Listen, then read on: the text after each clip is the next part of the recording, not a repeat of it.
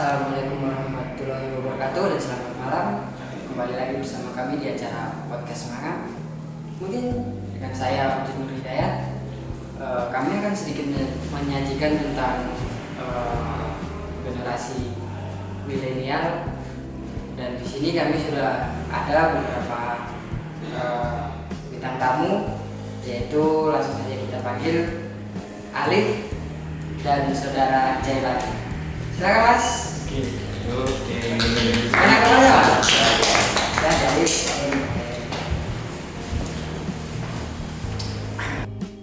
Kok tegang saya? Kebiasaannya ngapain Mas? Ya, Sehari-harinya maksudnya. sehari-hari.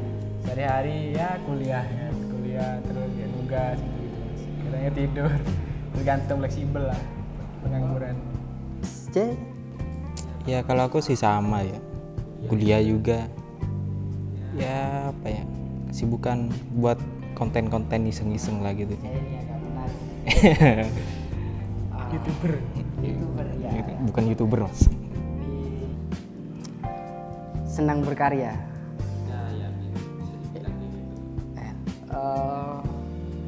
Mungkin di sini kita ngobrol-ngobrol santai, ngobrol tentang kehidupan kita sehari-hari sebagai remaja.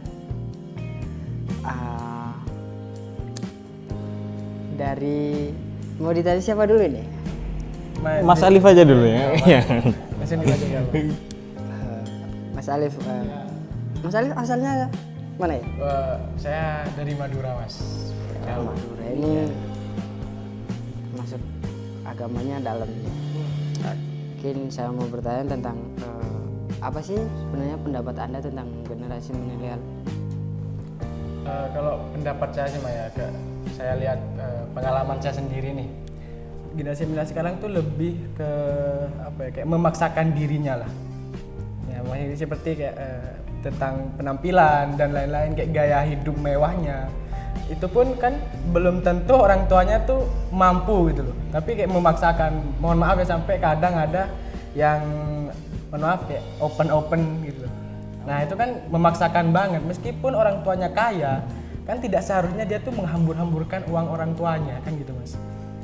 Kalau menurut gue sih gitu, kebanyakan, nggak semua ya, tapi kebanyakan generasi muda sekarang tuh kayak gitu.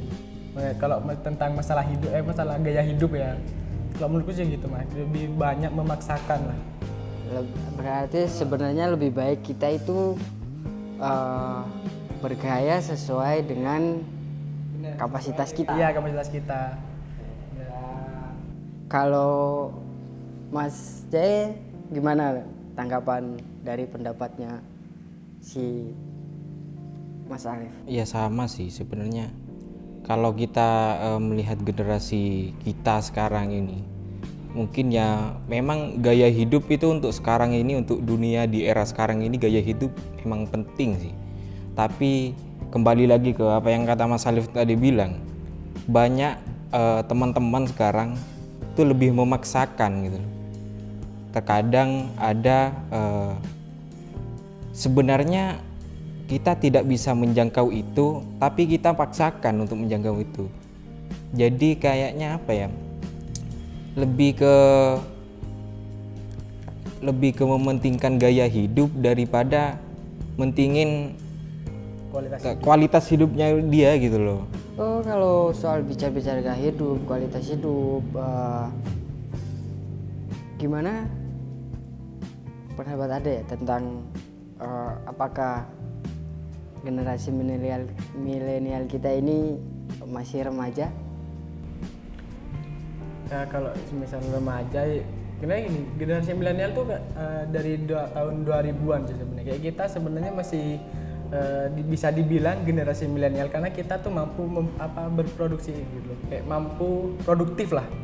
Tuh kan generasi milenial itu kan adalah generasi emas suatu bangsa gitu loh. Nah, jadi bukan kayak hanya remaja, meskipun kayak tahun 2000-an itu bisa disebut generasi milenial ya. Menurutku sih gitu Mas. Kayak kita nih yang masih mahasiswa itu bisa disebut generasi milenial. Menurutku. Iya, generasi milenial itu ya generasi yang punya ambisi besar biasanya.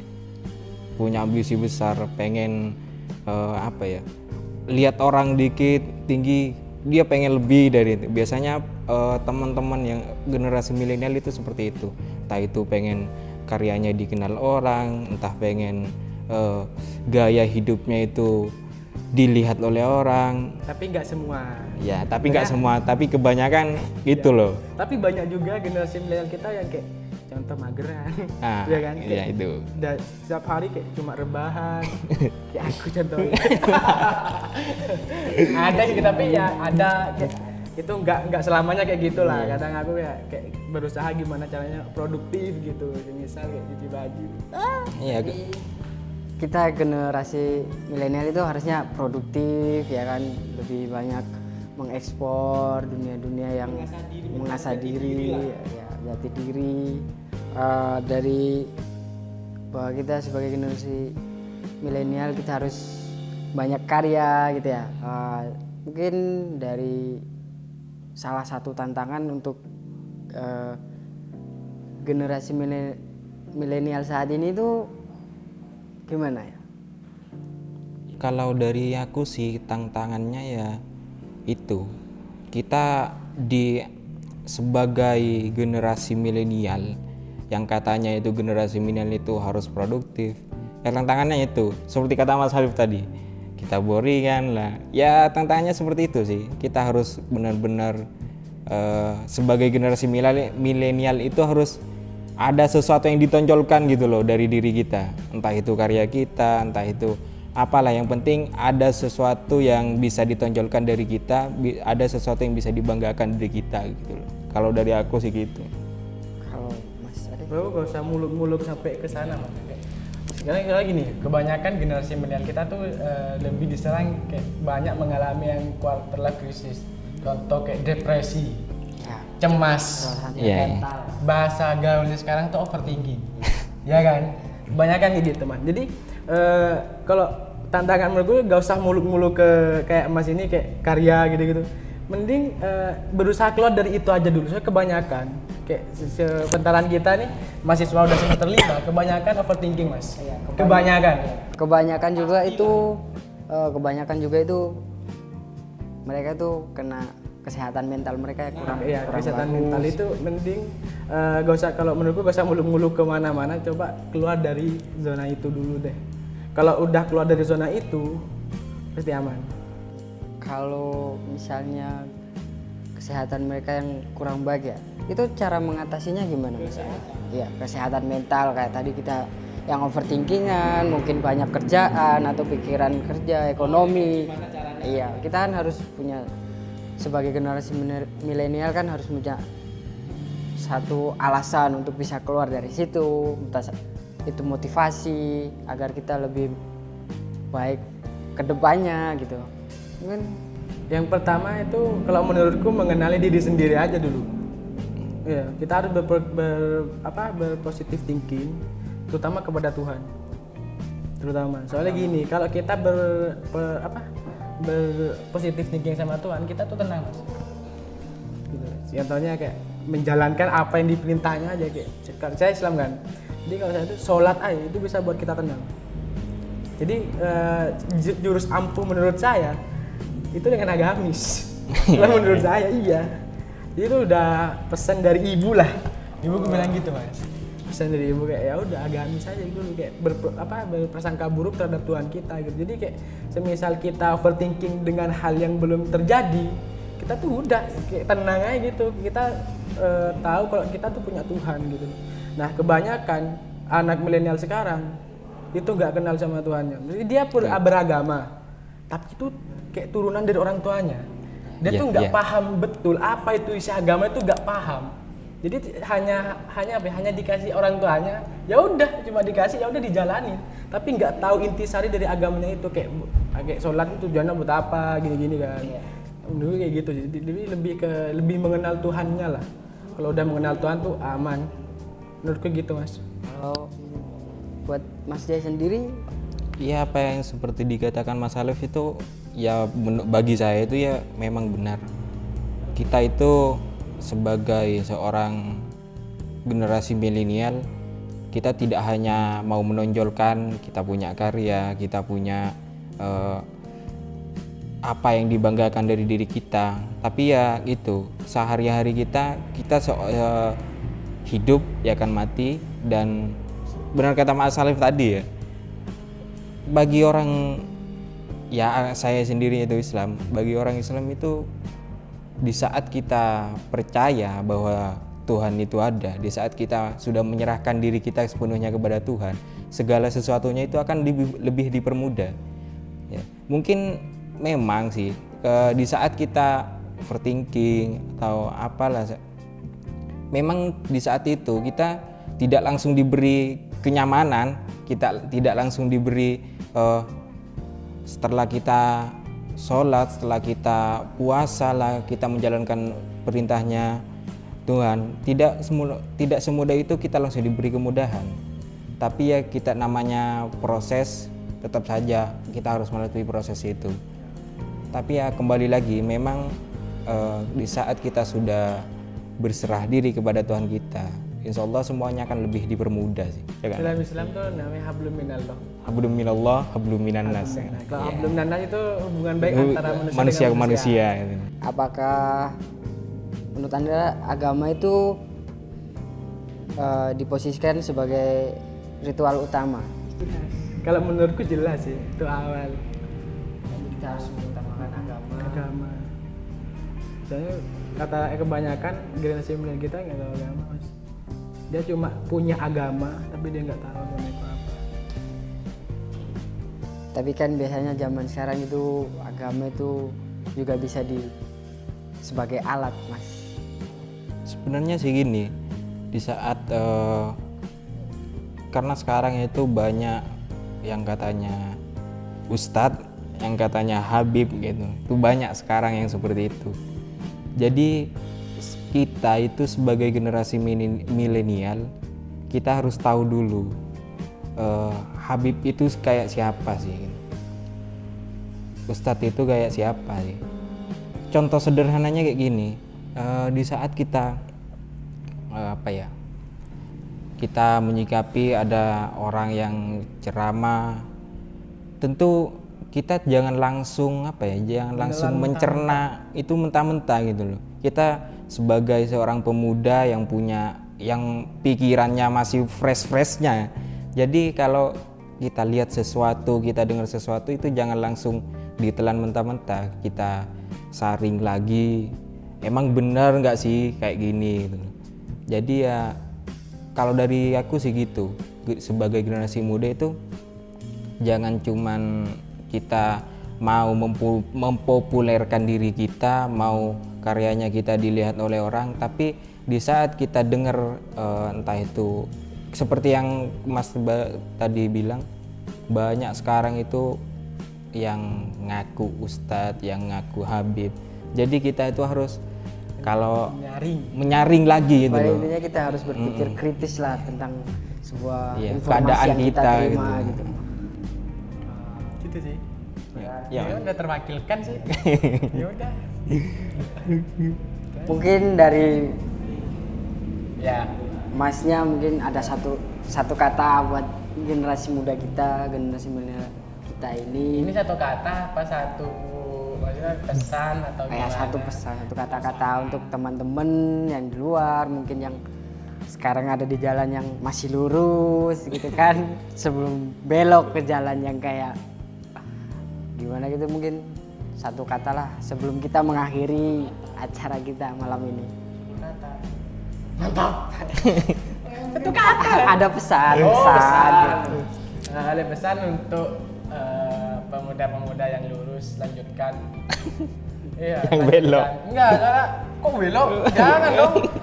Maksudnya, Jangan dibelokkan lah. ya iya, maksudnya kalau ada pemuda yang lurus tuh maksudnya kayak tetaplah di situ gitu loh. Karena, Yang belok diluruskan nih. itu menurut agama saya kayak Rasulullah pernah bersabda, barang siapa yang berhijrah di saat banyak fitnah itu sama aja berhijrah dengan Rasul.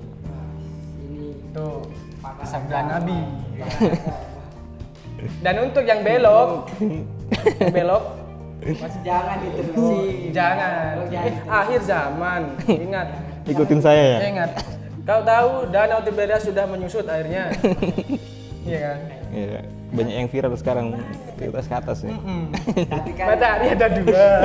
kami kan sebagai umat manusia kita hanya percaya bahwa kiamat itu ada. Tapi untuk Bukan, menebak-nebak ya seharusnya harus beriman. Kiamat bisa. itu ada. Ya enggak, itu imannya dipertaruhkan, dipertanyakan, enggak percaya kiamat.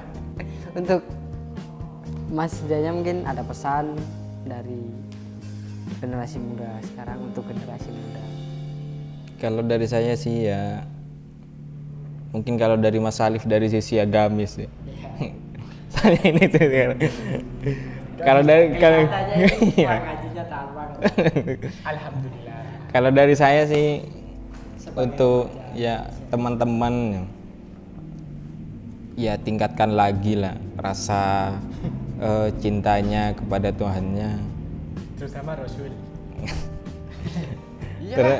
Terus apa lagi ya? Buat teman-teman di luar sana itu ayolah Asal jangan nanggung-nanggung.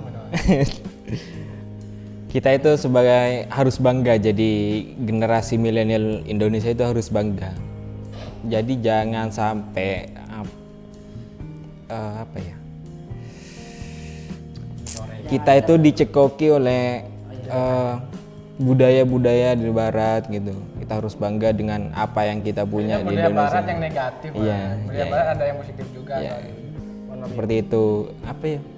Mungkin bingung sih kalau kita bicara milenial itu Biasanya kalau bicara milenialnya terlalu ada habisnya. banyak lingkupnya ya. Iya.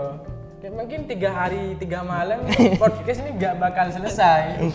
Iya. Banyak yang dibicarakan kan. Belum Ya. lagi open. Kalau pesannya apa sih? Ya lebih semangat lah. Jangan sampai Belok-belok. ya belok-belok. Belok kemana? Gak jadi pesan kayak bercanda ini Jeng. Apa ya? Kalau pesan dari saya untuk generasi sekarang itu semangat lah. Segala sesuatu itu pasti bisa kita capai selagi kita mau berusaha, kita mau kerja keras. Insya Allah semuanya itu akan kita raih. Ya kita harus percaya proses, karena tidak ada sesuatu yang instan gitu loh. Mie saja yang namanya mie instan masih bisa apa namanya? Harus dimasak. Harus direbus dulu.